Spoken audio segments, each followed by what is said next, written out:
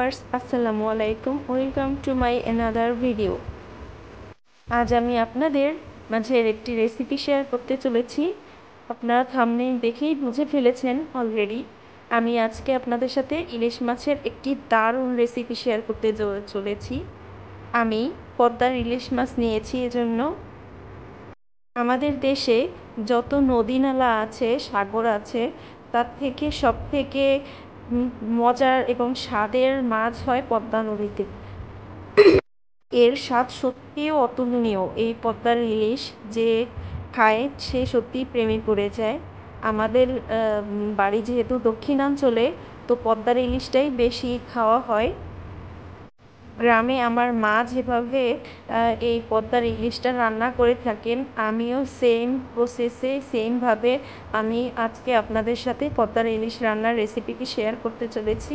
তো দেখুন কিভাবে আমি রান্নাটি করব। প্রথমে আমি মাছ নিয়েছি। আমি একটু মাঝারি সাইজের মাছই নিয়েছি। এখন যা ইলিশের যে দাম, তাতে তো এইটাই খুবই আমাদের মতো মধ্যবিত্ত মানুষের জন্য এটাই খাওয়ার উপযোগী। না বাড়িয়ে শুরু করছি, চলুন দেখে নিই। প্রথমে আমি 1 কাপ মতো পেঁয়াজ কুচি নিয়ে নিলাম। মাছের সাথে পেঁয়াজটা একটু বেশি দিতে হবে। পেঁয়াজটাকে এভাবে আমি মাখিয়ে দিচ্ছি যাতে পেঁয়াজগুলো সব ছুটে যায় সবগুলো। তো এর মধ্যে আমি 1 চা চামচ পরিমাণ লবণ দিয়ে নিলাম।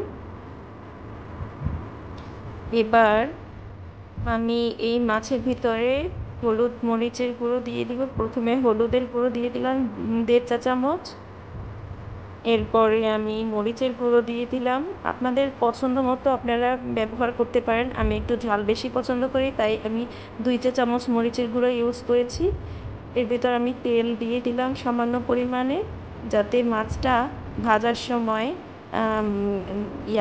কড়াইতে লেগে না যায়, সেজন্য আমি সামান্য। এবার মাছটাকে আমি ভালো করে সুন্দর করে মাখিয়ে নিব, যাতে মশলাটা মাছের গায়ে সুন্দরভাবে লেগে যায়। দেখুন আমি কিভাবে মাখাচ্ছি, ঠিক এভাবেই মাখিয়ে নিতে হবে।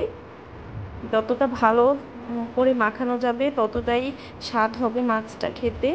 তো এটাকে বলে, আমাদের অঞ্চলে বলে এটাকে হাতে মাখানো ইলিশ। তো দেখুন কিভাবে আমি রান্নাটি করছি। আপনারাও যদি এইভাবে রান্না করেন তাহলে অবশ্যই খুবই স্বাদ হবে খেতে। দেখবেন আমাদের অঞ্চলের মতো রান্না এটা অন্য কোনো অঞ্চলে এভাবে রান্না করে না। আমরা খুবই সিম্পল ওয়েতে করি, কিন্তু খেতে খুবই মজা হয়। তো আমি একটি পাত্রে সয়াবিন তেল ইউজ করছি। আমি আজকে সয়াবিন তেল দিয়ে মাছটা রান্না করব। তো তেলটা একটু গরম হয়ে এলে আমি মাছের টুকরোগুলো আস্তে আস্তে করে দিয়ে দিব। খুব সাবধানে দিতে হবে যাতে তেল ছিটে না আসে। আমি একে একে সবগুলো মাছের টুকরো দিয়ে দিচ্ছি।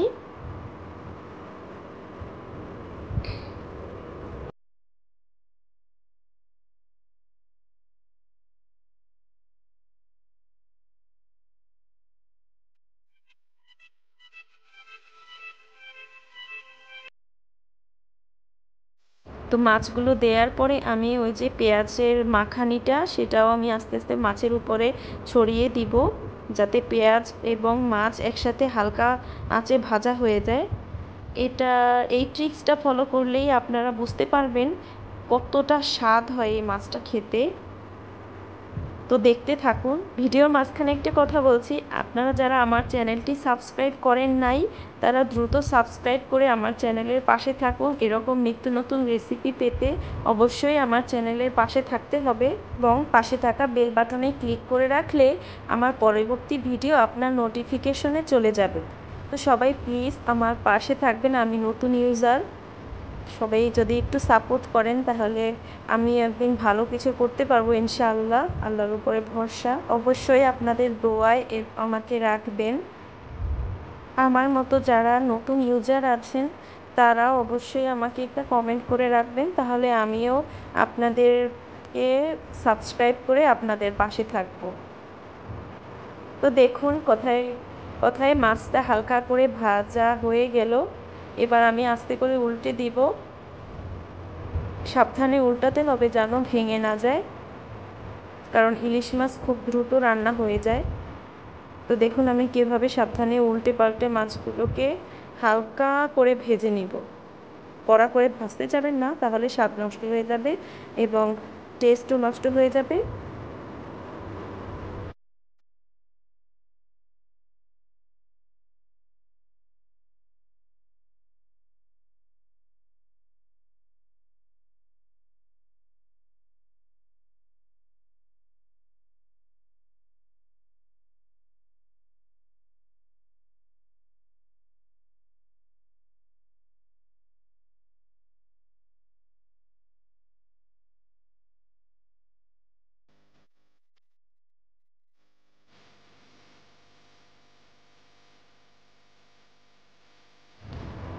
তো আমার এক পিঠ ভাজা হয়ে গেছে, অন্য পাশও আমি এভাবে হালকা করে ভাজবো।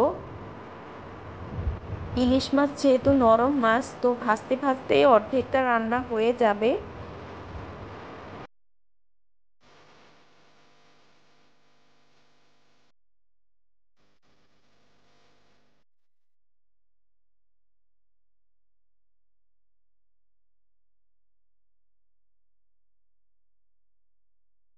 এবার ভাজা হয়ে গিয়েছে, আমি এখন ওই যে মরিচ মশলা মাখা পানি, সামান্য পরিমাণে পানি দিয়ে দিব, প্রায় হাফ কাপ মতো, গায়ে গায়ে লেগে থাকবে এরকম পানি দিয়ে আমি দেখতেই পাচ্ছেন আমি পানি দিয়ে দিয়েছি। এবার হালকা করে পাতিলটা নেড়ে দিব যাতে নিচে লেগে না যায়। তো দেখুন তেল ভেসে উঠেছে, দেখতেই জিভে জল চলে আসছে। আমার খুবই পছন্দের ইলিশ মাছ এভাবে রান্না করাটা।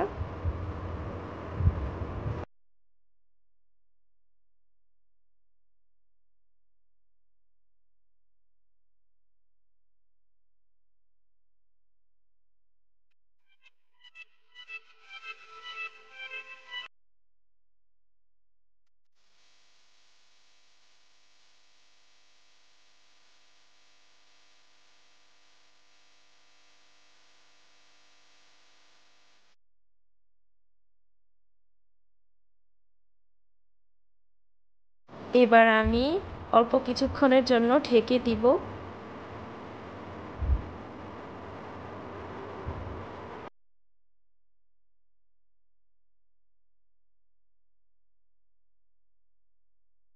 ইলিশ মাছ যেহেতু তাড়াতাড়ি রান্না হয়ে যায়, তাই বেশি ঢাকার প্রয়োজন নেই। আমি অল্প সময় ঢেকেই তুলে ফেলেছি ঢাকনা। তো দেখুন মাছের গায়ে গায়ে ঝোল এসে গেছে, আর একটু হলেই আমি নামিয়ে নিতে পারবো।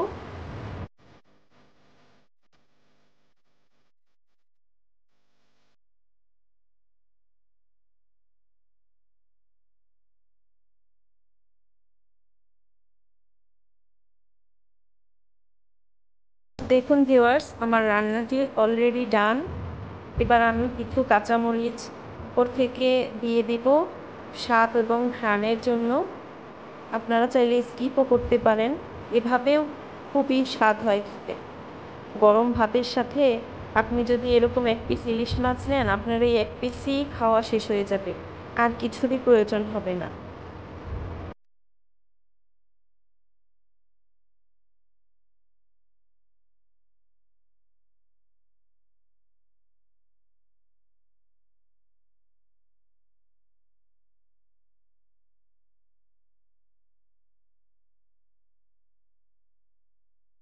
তো দেখুন আমার মাছে কত সুন্দর কালার এসেছে।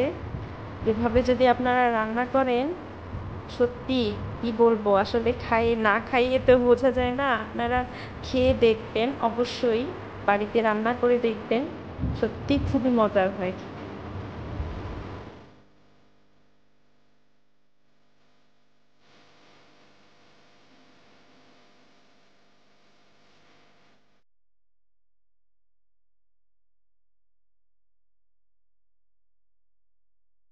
আমার রান্নাটি যারা যারা দেখেছেন, সকলকে অসংখ্য ধন্যবাদ পুরোটা দেখার জন্য। এবং কে কোথা থেকে দেখেছেন কমেন্ট করে অবশ্যই জানাবেন। আমি সবার কমেন্টের রিপ্লাই দেওয়ার চেষ্টা করব। আর এরকম আরও নিত্য নতুন রেসিপি দেখতে অবশ্যই আমার চ্যানেলটি সাবস্ক্রাইব করে আমার পাশে থাকবেন। আল্লাহ হাফেজ, ধন্যবাদ সবাইকে।